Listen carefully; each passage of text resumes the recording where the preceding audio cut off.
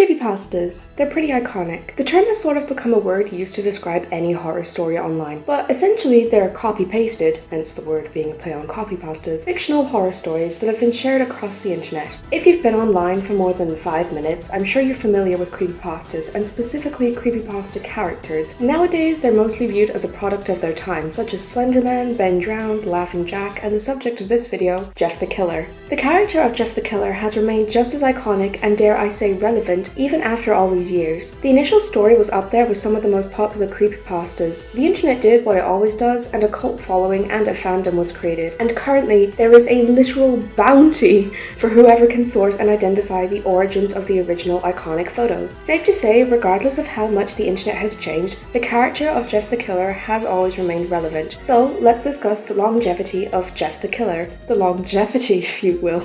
Sorry. Jeff the Killer! I'm Jeff the Killer! I'm Jeff the Killer! Watch out for me! The year is 2008. Obama was inaugurated, the Apple App Store was launched, some sort of Olympics happened, I don't know, I don't want sport. But among all those minor things, DeviantArt user Cesar? We'll go with Cesar. DeviantArt user Cesar created what we now know to be the very first version of Jeff the Killer. This version is actually fairly different to the one that would gain wider traction, having Jeff being a sort of paranormal being that has to be summoned as opposed to just an edgy teenager. Anyone familiar with Jeff the Killer is probably aware that depending on the version, his signature smile is a result of either him cutting into his face or as an acid attack. Well, in the original story, Jeff was trying to clean his bathtub and slipped on a bar of soap, thus getting acid all over his face. Yep. It's definitely textbook creepypasta content, but despite that, I do somewhat enjoy it. It has a charm that only the early 2000s internet could capture. Fast forward to the year 2011 and GameFuel TV would create a version of Jeff the Killer that, by all purposes, is more or less what we know him as today. Not only did this version feature the iconic photo, more on that later, but also the story has less paranormal elements and more so focuses on Jeff as this bullied teenager. Why did this blow up? Why was this the very thing that propelled Jeff the Killer into online relevance? I don't know. Yeah, I just don't know. Because, and no disrespect here to the original author, the story's bad. The story's quite bad. As a piece of horror, it's not good, but with that being said, I do love it for how fucking funny it is. I have cried laughing while reading this. If you have the time to read the original 2011 Jeff the Killer, I highly recommend it. It's good fun. I do think a lot of what kept Jeff the Killer relevant was the time it was made. Now, to be clear, I don't think this story was ever regarded as good at all.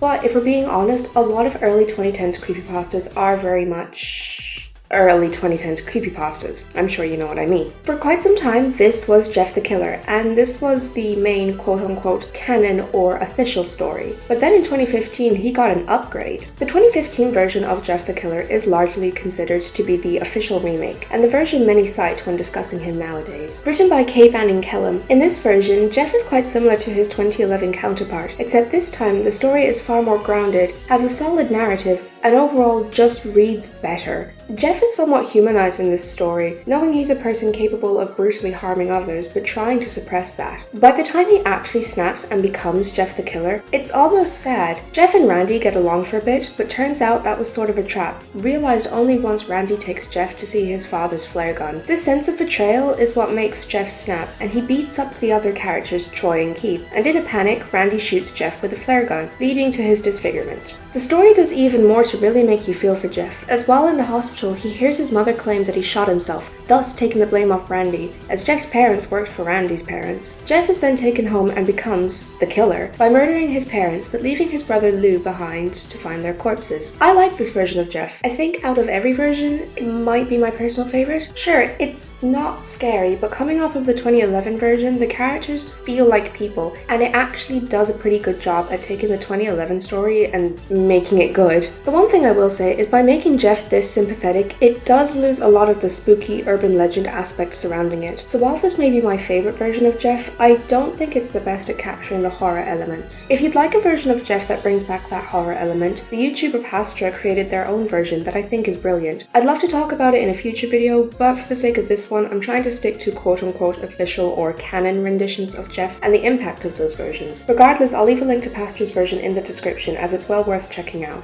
I'm Jeff the Killer! I'm Jeff the Killer! I'm Jeff the Killer! Watch out for me! Spinoffs. They're a mixed bag, and one thing that undoubtedly contributed to the popularity of Jeff the Killer are the amount of spin-offs. Jeff's brother Lou has his own story, Homicidal Lou, created by DeviantArt user Vampire Note 13, which tells a tale of Lou encountering his brother and developing a split personality disorder. I won't lie to you guys, this one confused me a bit. Not saying it's bad, it just baffled me a small bit. My personal favourite character in the JCU is Jane the Killer, female Jeff the Killer. Jane's letter, created by, you guessed, a DeviantArt user, Fear of the Black Wolf, in which Jane and Jeff are nemesis, and Jane tries to kill people before Jeff does, which from Jeff's perspective is probably a tad annoying. Oh, and she also wants Jeff dead. Point being, artists and writers that were inspired by the original story made their own fan creations, and jokes aside, that is just peak internet culture, and I think it's very fun. Also, the era that Jeff the Killer was a part of was, in general, just the era for creepypastas. He was regarded up there with some of the biggest creepypastas ever, such as Slenderman, Ben Drowned, Herobrine, I don't know. My overall point here is there really wasn't, and probably won't be, another point in internet history where something like Jeff the Killer could be made and become this popular. For what it was, it really did come out at a perfect time. I regard Jeff the Killer as an ultimate product of its time, so the sense of nostalgia many feel for him helped keep him relevant. And whether in a positive or negative way, people were always going to bring up Jeff the Killer in one way or another. Some people liked Jeff. Some people really liked Jeff. Like, a lot.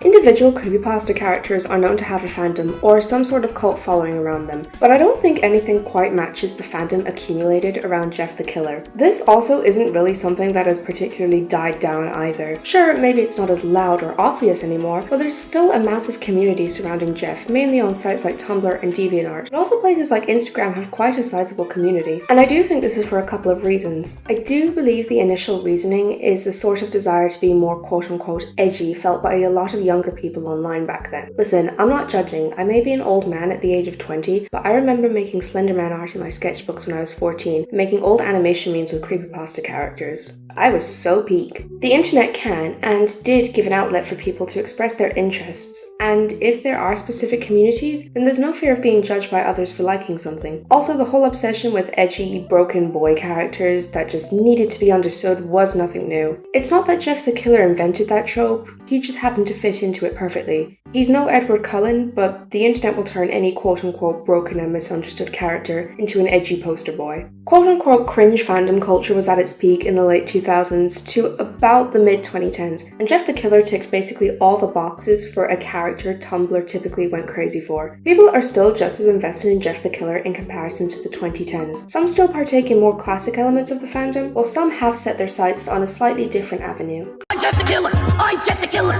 I'm Jeff the Killer! Watch out for me! I'm not going to define lost media too much because, one, I've already made a video about it. It's quite literally my last video, which you should totally watch, and I do actually appreciate all the support it's received. That's a lot more views than I expected, thank you. But also, all you really need to know is that there isn't a solid answer as to where this photo came from. Obviously, its first sighting was in the 2011 version of the story, sort of. More on that in a bit. But what the photo is of originally is still very much unknown. There's a bounty for finding the original source of the image, but that's just how invested people are. The investment and fascination with this singular image is undoubtedly what has kept the popularity of Jeff the Killer going nearly 20 years after its inception. There have been cases of people finding what was assumed to be possible origins for the photo, but these have been largely disproven. For quite some time, it was assumed that the iconic photo was an edited photo of a person named Katie Robinson. Apparently, in 2008, she posted a photo of herself to 4chan and was met with bullying, and as a result, someone edited her photo to be that of the Jeff the Killer image we are all so familiar with now. A while later, someone on 4chan claimed to be Katie's sister and stated Katie became extremely depressed and, as a result, took her life.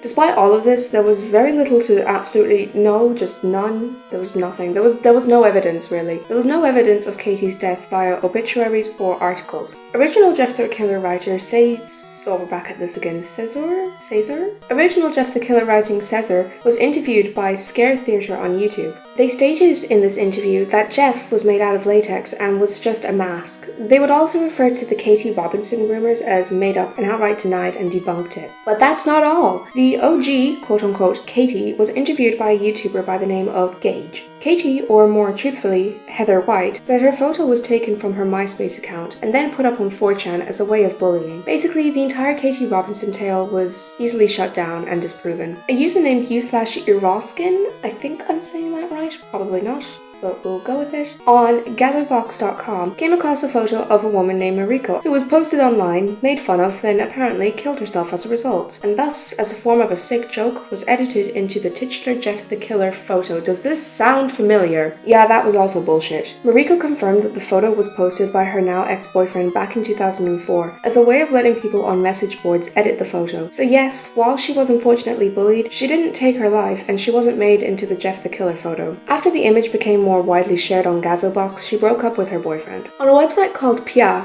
this photo that shares a lot of similarities to the original Jeff the Killer photo was posted by user Mr. Malholland in September 2005, and the image was named White Powder 2. As of now, both images have been traced back to 2005 and seem to have been posted on 4chan as a sort of shitpost. Regarding the origin of these photos, that's sort of it. There's been a few fake leads and some unintentional false leads, but otherwise it's been a bit of a dead end. This is both frustrating but also kind of the main thing that has kept Jeff the Killer relevant. I have no idea if the originals will be found. I hope so. I think it'll be pretty cool to see the origin of these images. I mean, I'm pretty sure anyone who cares is aware that the image is clearly just a bunch of elements photoshopped together from other images, but it would still be kind of cool to see all of this stripped away. But for the time being, people have to keep looking around, and who knows, we could be closer than ever to uncovering the past behind these images.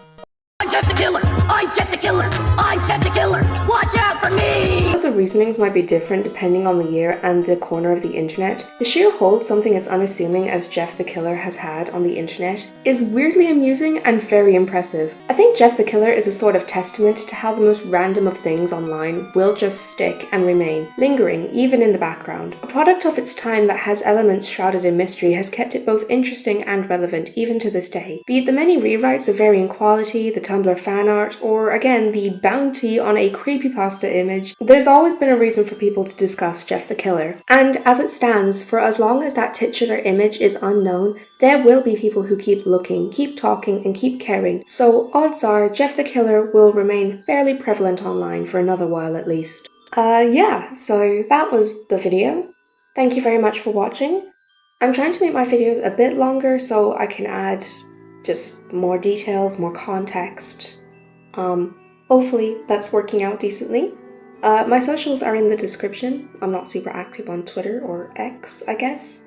But I do post my artwork on Instagram, so, you know, you can check that out if you want to. No pressure, no pressure.